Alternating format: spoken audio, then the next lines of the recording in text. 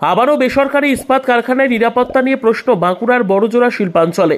বেসরকারি ইস্পাত কারখানায় গলিত লোহায় ঝলসে গুরুতর আহত অন্তত 9 জন শ্রমিক।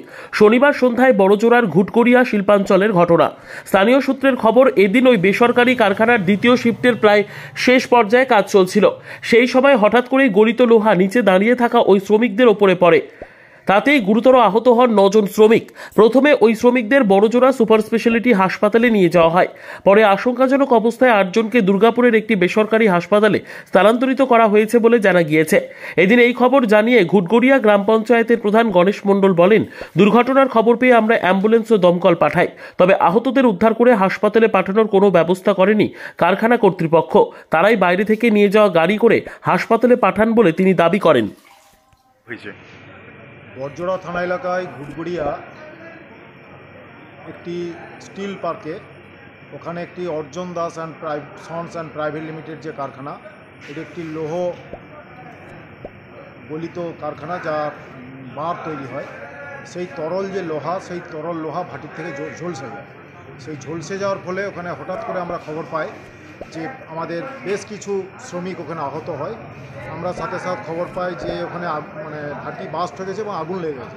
আমরা সাথে সাথে আমাদের লোকাল ফায়ারের গাড়ির ব্যবস্থা করে দিই এবং বাইরের থেকে অ্যাম্বুলেন্স সহ বা লোকালের যে সমস্ত গাড়ি রয়েছে তাদেরকেও খবর দিয়ে সাথে সাথে শ্রমিকদেরকে হাসপাতালে আনার ব্যবস্থা করি। সেখানে থেকে দেখা গেল যে 9 জন মতো এই তরল যে লোহা, সেই তরল লোহাতে ঝলসে যায়। এই ঝলসে যাওয়ার পর হাসপাতালে প্রাথমিক চিকিৎসা করা হয়। চিকিৎসা করানোর পর 8 জনকে আমরা বিবেকানন্দ হাসপাতালে পাঠিয়ে দিই এবং একজন এখনও পর্যন্ত বড়জোড়া সুপার ফেসিলিটিতে রয়েছে। ওনার সকলেরই সুস্থতা কামনাকারী। তবে আমি এই বিষয়ে বলবো যে মালিকের এই বিষয়ে কোনো কর্ণপাত নেই। আমরা বারবার বলেছি যে আপনার কোনো রকমের দুর্ঘটনা ঘটে গেলে এমার্জেন্সি হিসাবে আপনি কোনো একটা গাড়ি স্ট্যান্ড বাই রাখুন কারখানাতে, যাতে কোনো শ্রমিকের প্রাণহানি না হয়ে যায়। ওনাকে বারবার বলা সত্ত্বেও উনি কোনোভাবেই তার ব্যবস্থা করেননি। হয়তো আমরা খুব অতি সত্বর বাইরের থেকে গাড়ি পেয়ে গেলাম, পাঠিয়ে দিলাম, না হলে হয়তো অনেক 2-4 জন শ্রমিকের প্রাণহানিও হয়ে যেতে পারত যদি তাদেরকে ঠিকমতো সময় এখানে না পৌঁছাতে পারতাম। আমি মালিকের কাছে অনুরোধ করব, যিনি এই দুর্ঘটনা যাতে আগামী দিনে হয়ে থাকে তাহলে শ্রমিকের জন্য কোনো প্রাণহানি না হয়, উনি সেই মতো অ্যাম্বুলেন্স গাড়ি কারখানাতে যাতে স্ট্যান্ড বাই করে রাখেন, তার জন্য ওনাকে অনুরোধ করব। আপনার নাম?